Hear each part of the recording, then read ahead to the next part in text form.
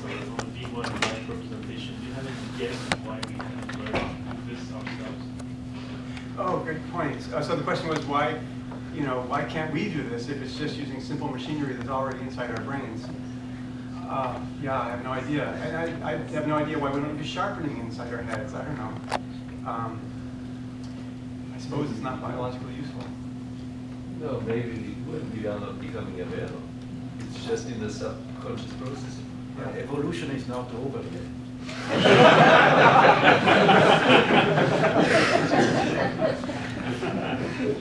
What would it be? I had his pair of shoes. There's probably some insect that does it. And it's probably what attention does. Yeah. So this is a question for everyone. I think we've heard a lot of excitement about V1. I think from every single one of the speakers, and I want to see whether people can venture beyond V1 and say what we've learned about representations beyond V1, beyond the more patches. Tomorrow. That's tomorrow. I have kind of a related question. The weird thing to me is that we have an idea of what we like in V1, and then there are 14,000 different versions of V1-like filters. They all have different names. So why is that? Why is there not just one that's a good representation, a good pre-filter? How are all these things that look so similar to me, and certainly when you plot them and put them on PowerPoint, they look identical. How are they all different? Well, I should say, for my speaking myself, I think that any one of those would probably work in what I showed. But that's not to say, that's not recognition. No. Yeah, so I can give you my answer. So that there are different strands, 10 lines of thinking that brought us to that representation. Some of them have to do with measuring physiological properties of neurons, and some with computational principles such as best localization in frequency and space simultaneously, etc. And so that's when people rediscover the same principles, started to slightly different ideas in different fields, like getting signal processing, multi-rate filtering, wavelets, harmonic analysis, neurophysiology, perceptrons. And each time you have a different community and they start with different nomenclature, and then at some point they make contact and they realize that it's similar and then they have the cross-pollination. So in some way, it's an indication that maybe we have hit something useful really, even if we don't know how to prove that it's useful for the end task, which is spatial analysis and recognition. But you have so many different starting points take you there, maybe that there is something there. I totally agree that it's undeniable that something V1-like is going to be a useful, or I don't know, would be quite revolutionary if it was something different. But I guess you actually had a slide where you had like 4 different things that should have been the same. There's a cog thing, and there was some other shape context thing, I don't know, and then they all give you different answers. Well, doesn't it also depend a little bit on what the question is, though? Because if you ask the question, what does V1 do? Then I agree with you, there probably ought to be one answer for at least each piece of it, each piece of V1. But if you start from the computer vision point of view, sometimes you have a task, you have a hardware substrate that is different, and you want to optimize the accomplishment of that task. And maybe different tasks meet the different questions, and maybe that representations that work well for texture analysis might be somewhat different from those that work well for face recognition. There's also that aspect. So I can comment on one thing about that, and that is that I don't think that for many engineering problems, it matters what you use.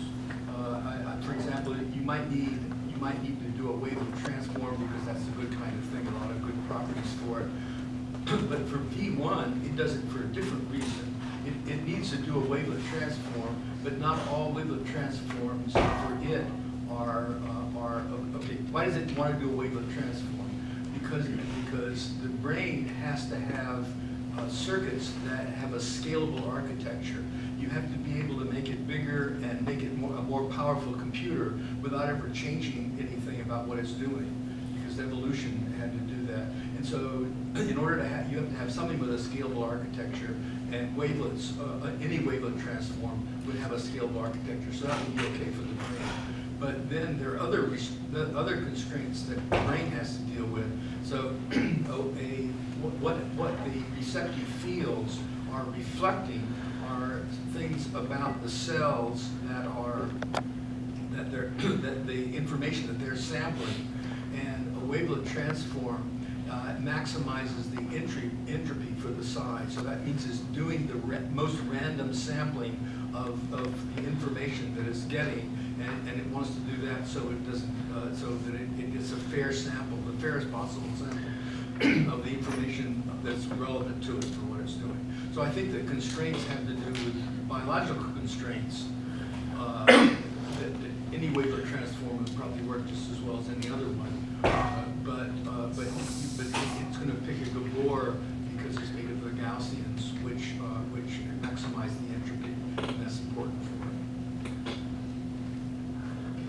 it. So maybe I can be a little bit provocative and say that we've talked about Gabors a lot, and different kinds of filters and such. But in particular for recognition systems, some of the best recognition systems right now, they're not using Gabors or any specific parametric forms of these functions as a preprocessor. So a lot of these filters are being learned from the data. Right? So the question is, without making any a priori assumptions that the first layer in some of the deep nets should be discovering Gabor-like filters, right? So the question is, why should I care about Gabors as opposed to just learning them from the data, given enough data? What's your opinion But on plus that? the things that come out, because this has always bothered me, the things that come out are still kind of like Gabors. I mean, they're close enough. I mean, they don't have that parameterization, right? They look like.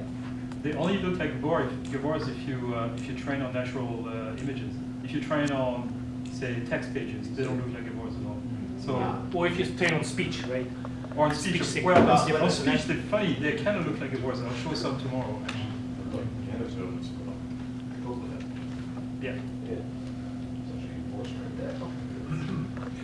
So I think that there is a deep question there, which is, it's good to build a system that works, and once you have an architecture in mind, then you can tune the parameters, learning somehow from data as a lot, and that's a very good idea.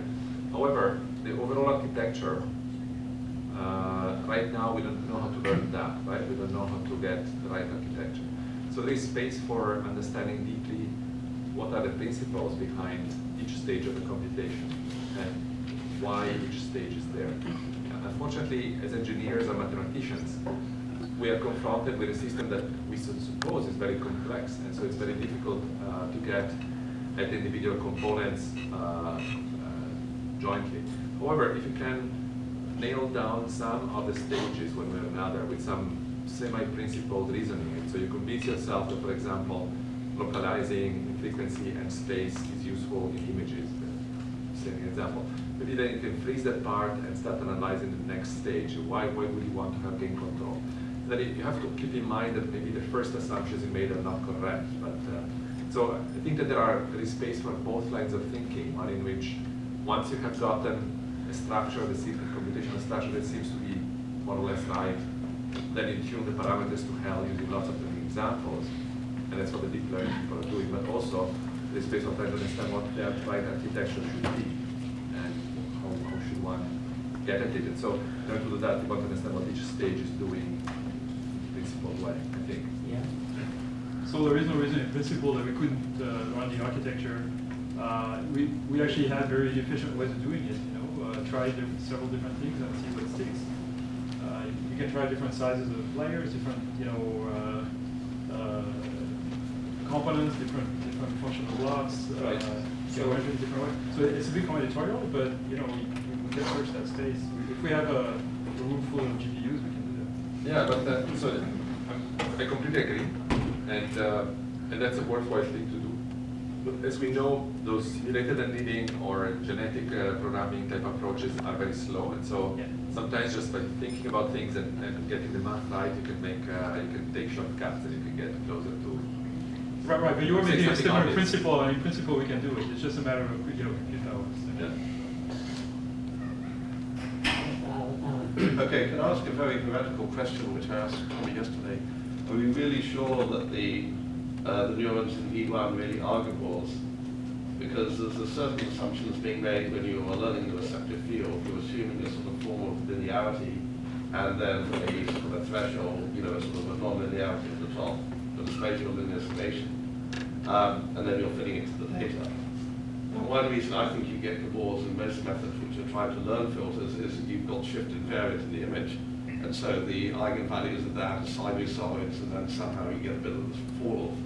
But it seems to me then, this is that suppose you had a cell in V1 that was actually looking for pointed bars, but then had a non-linearity to allow the bar to go this way or this way with a little bit of shifted variance. And then you try to estimate its receptive field property by the current methods. I guess I would bet you could get the Gabor receptive thing coming out anyway. So I don't think that the brain learns its receptive fields. I think evolution did it. Well, I'm not even saying anything about learning. I'm more saying about interpreting. When you're estimating the receptive field, there are certain. So the reason people believe Gabors is because they fit well, and they seem like a good fit. To Well, them. right. But there's experimental errors in all this, and I would bet anything they're not truly Gabors. Right. But what they start with is they start with receptive fields in the retina, and those are Gaussian. Ultimately, they have to be Gaussian, and that's optimal for them because they're sampling the world, and they have to be spaced in a way that gives optimal sampling. And so you have to. There are a lot of reasons why you have to have Gaussians in the retina, and then once you've got the Gaussians in the retina, what you have to do is you kind of have to add and subtract those. And if you start with the Gaussian, then you're going to end up with things that are kind of Gabor-like. You can't help yourself. They're not going to be exact Gabors. Well, it's a sort of a slightly different point, and this is sort of way out of my area of expertise. But if but it is still, you're assuming a spatial with linear filter, and then you're fitting that. And if you're fitting that and that was giving you 100% fit, then I'd say, sure, no question. But the things are being fit, and then, I see one or two papers on cats, and, you fit them training on random stimuli. You don't get very good prediction. You fit them on natural images, you get other predictions. You get there's an awful lot of noise going on there, it seems, from somewhere outside the area. So I have to question about whether it really is linear plus the non-linearity at the top, or whether there's something else going on there. I think Jan had a comment and then also Tommy. Anyway, a question to the neuroscientist, perhaps Yes. this is sort of connecting to a remark you just made. You say you don't believe that the V1 receptive fields are learned; they're pretty much produced by evolution. So my one question is, what's your evidence for that? And I'm going to make a preemptive remark, which is that any reasonable unsupervised running algorithm, say sparse autoencoders, sparse coding, or whatever, is about 20 of those. Within minutes of the equivalent of real time, will come up with Gabor filters. And so whatever your experimental evidence is very, very difficult because within minutes of a newborn being exposed to visual stimuli, you will get more filters. So you're saying that it's not evolution, it's learned? Yeah. Okay. Yeah, this is a very interesting debating technique, because what you're doing is you're putting onto me the task of proving that it is not learned, and there's no way I'm going to be able to do that. But I can tell you the reasons that I think it's not learned, and that is that many of the synapses form properly without ever being used. There are mutations where the synapse in mice, where they die as soon as they're born, but their synapses never function. And in spite of the fact that the synapses never even function, as far as we can tell, no one has looked really carefully, but the brain grows up perfectly well. All the areas are there, all the tracks are there, everything is looking pretty good. In addition to that, there are a lot of experiments that show that things like orientation selectivity comes before the animal has had any visual experience. Right. Now, you could say, oh well, you know, there are these waves that go across the retina, there are these waves that go across the cortex. That's the way it's doing learning in the beginning. I can't be sure that that's not the case, but it just seems I can tell you the tenor of the field. There was a time when we said everything is learned. People, I remember when people were first showing, oh yes, the receptive fields are all just learned, and that was accepted. And the reason it was accepted is because we knew so little. We were so pleased when we found something out that could do it that we liked it a lot better. But the pendulum has been swinging now in just a consensus opinion toward the idea that much of it is gotten by evolution. It's wired in and then tuned up by learning. There's no question learning changes things, but the fact that you can get good receptive fields when the animal is first born with orientation and spatial frequencies makes you think that it probably is not all learned. So if you take random filters and you have a divising contrast normalization on top of random filters, you get orientation selectivity with no learning. Hold on a second, that is another thing. No, but the pinwheels are there at the beginning. Thomas, if you have a comment, I just wanted to give you an opportunity. No, that's okay. Yeah. I mean, But I mean, I could ask you, how can you prove that the cortex learns it all? You just made the statement. I know. You didn't. It's okay. I'm not complaining at you. I'm truly not. It's just I don't actually know how much is learning and how much is wired in. I'm giving you a sense of what the field feels like these days as compared to say 10 or 15 years ago. I agree about something. But also there are things like the pinwheels are there from the beginning. You don't have to have any experience for that. And it's kind of hard to think that you have the filters laid out by chance that way or something. Does it even matter? I mean, I thought evolution was just like learning for like a very long time. Yeah, from one point of view, it is learning. Yeah. It's just that it got put in the DNA instead of learn new each time in the And brain. in this context of discussion, does it matter?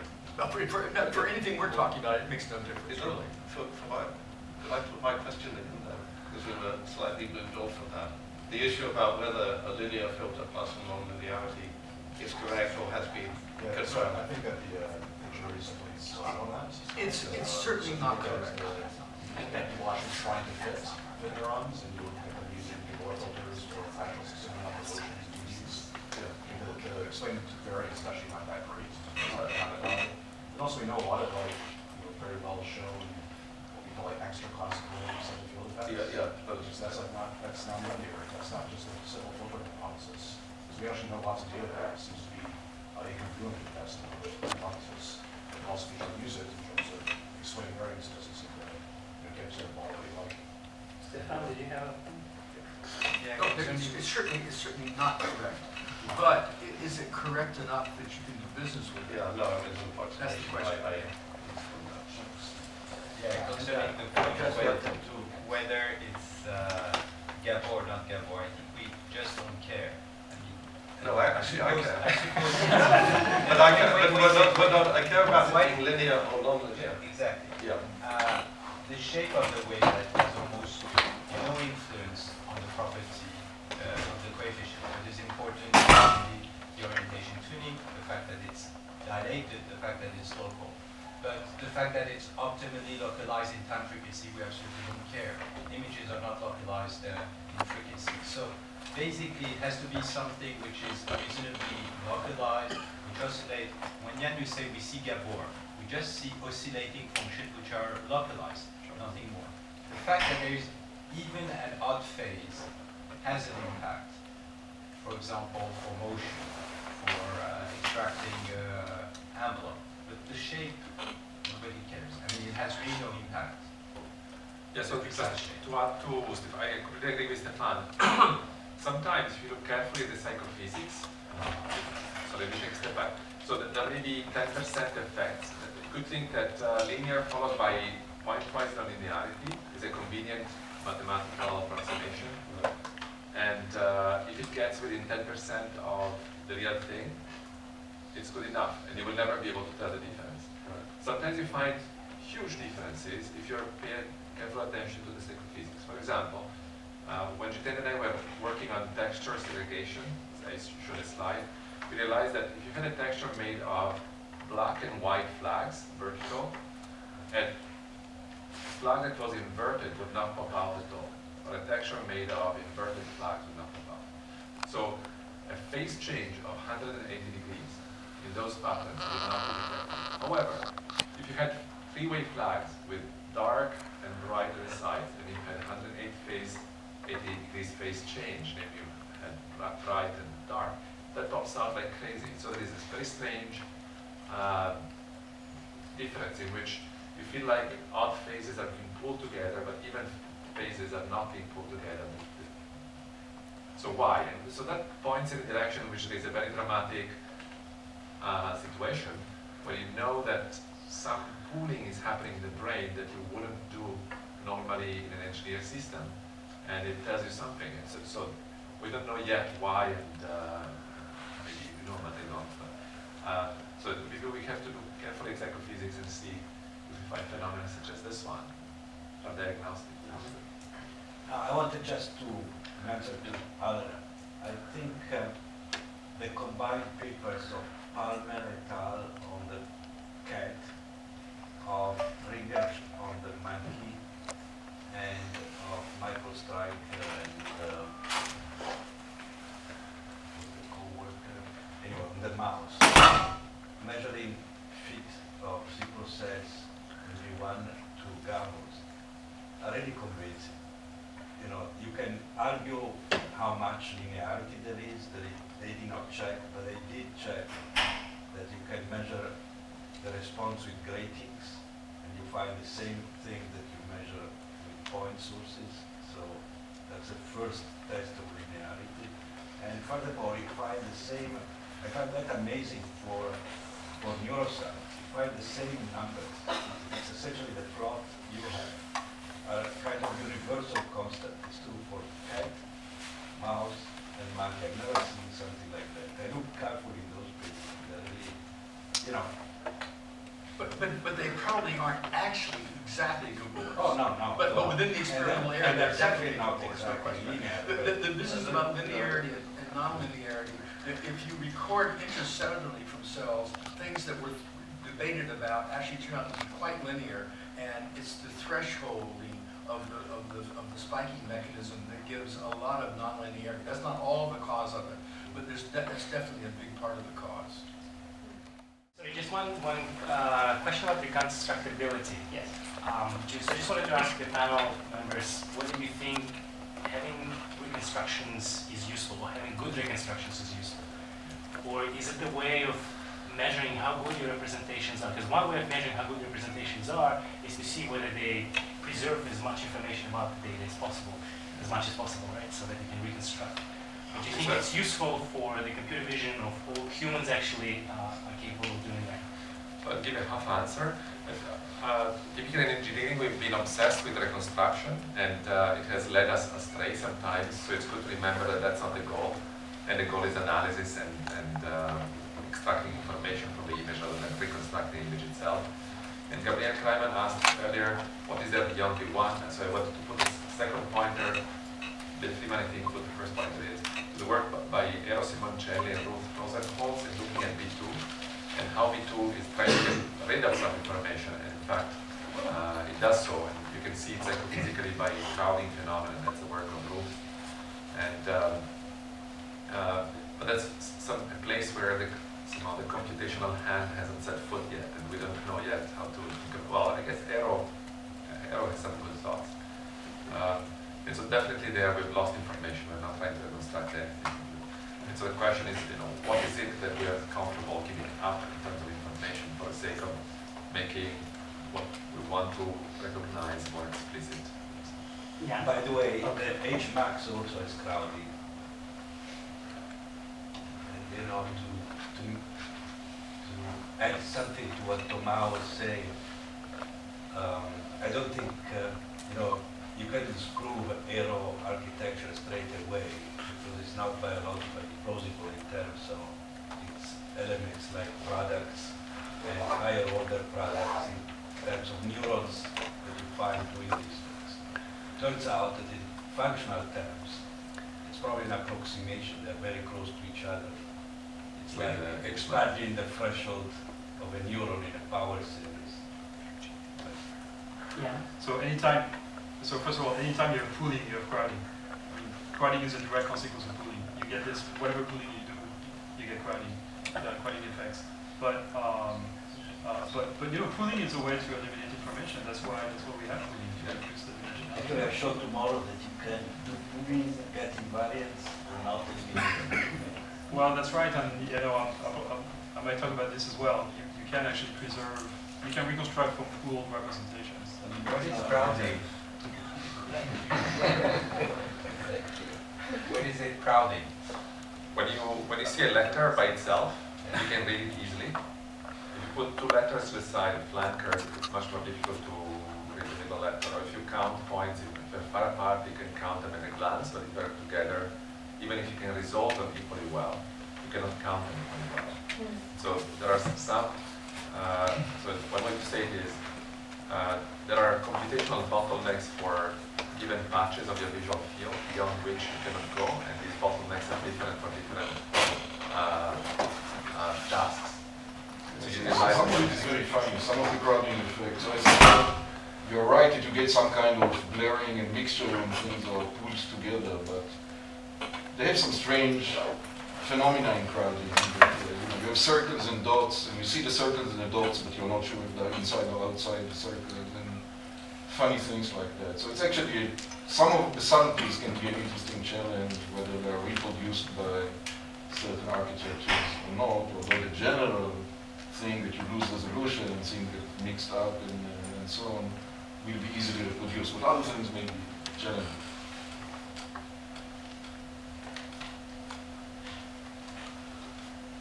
Yes.